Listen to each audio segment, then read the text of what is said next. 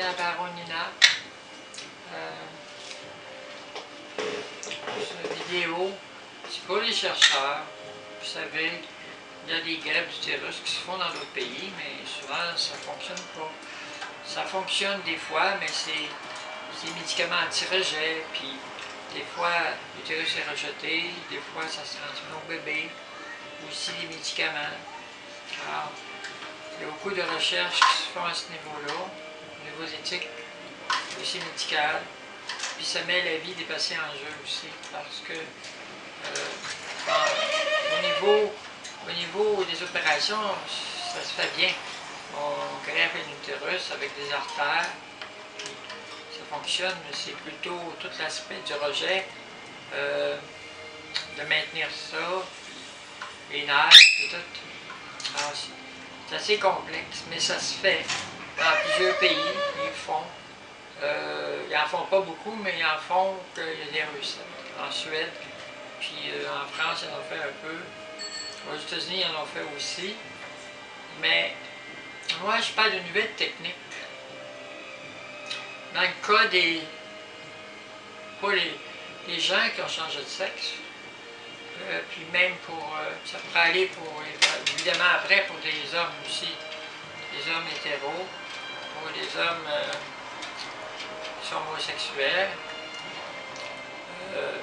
La technique, c'est d'isoler ce qu'ils appellent chez l'homme la prostate. C'est-à-dire, on prend le conduit qui amène l'urine à la prostate, on disconnecte, puis on connecte directement dans le conduit qui mène aux organes d'expulsion. Pour la miction, évidemment. Mais la prostate elle-même va être considérée exactement le même organe que l'utérus. Ça veut dire à partir, on peut transformer la prostate. Ça demande des techniques, mais ça pourrait fonctionner. Au lieu de greffer, on prend l'organe qui est là, on l'isole, on le sort du circuit, puis on l'alimente avec les artères. On fait un genre de curetage en dedans. On s'arrange pour l'ouvrir un peu, puis on va placer un embryon là, dans la prostate. Alors, avec des hormones, puis les hormones de grossesse, c'est possible de se servir de la prostate comme une utérus. En fait, c'est le même organe. Donc, il y a la possibilité pour les gens, par exemple, qui changent de sexe, sans avoir des greffes d'utérus, qui est assez complexe à cause du rejet, de se servir de l'organe qu'ils ont là. En réalité, les gens qui changent de sexe, s'ils veulent avoir des orgasmes comme les hommes, ben, c'est la prostate qui fonctionne, il y a des éjaculations dans leur vœu, tout simplement. Mais s'ils sont vraiment des femmes, ils sont capables d'avoir des orgasmes psychologiques. Des orgasmes à d'autres niveaux. C'est plus diffus.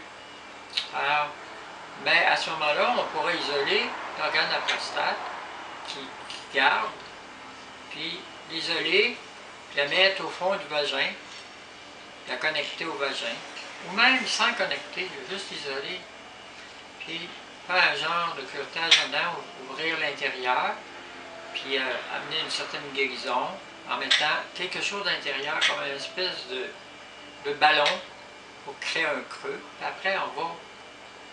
Donc la prostate, elle va agir. C'est sûr qu'elle va peut-être être contractée avec le bébé dedans. Il va se produire des échanges d'hormones. Ça se peut qu'il y ait des contractions avec des hormones. Même s'il n'y a pas de contraction, le bébé va se développer. Ça va être vraiment comme un utérus artificiel, mais chez l'homme. Chez l'homme, au niveau de naissance, on pourrait dire, mais de naissance au niveau biologique.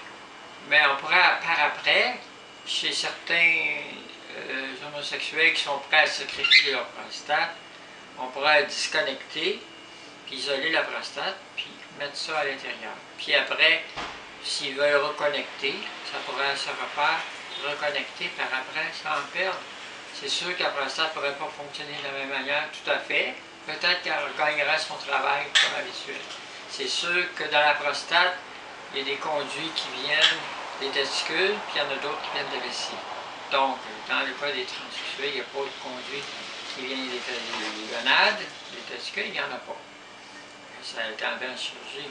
Donc, ce conduit-là, il ne sert pas, il est atrophié. Puis l'autre, on disconnecte. Donc, on pourrait se servir d'un organe qui est réellement là, puis le convertir en utérus. Puis ça ne prend pas grand-chose. Ça prend un curetage, un ballon, puis disconnecter, le laisser tel quel. On pourrait qu'on le mette au fond du vagin, mais le vagin, chez les opérations, il n'est pas fait en général pour se dilater, laisser le passage du bébé, ça pourrait fendre, peut-être ça pourrait fonctionner. Il y a des essais à faire. J'invite les chercheurs qui sont un peu, comme les gens disent, un peu maboules, un peu marginales, de faire ce type d'opération-là. Il y a des gens qui se prêtent à une opération semblable pour avoir des enfants. Il y en a qui pourraient se prêter à ce type d'opération-là. Alors, c'est tout cette vidéo-là. Je peux le faire en anglais.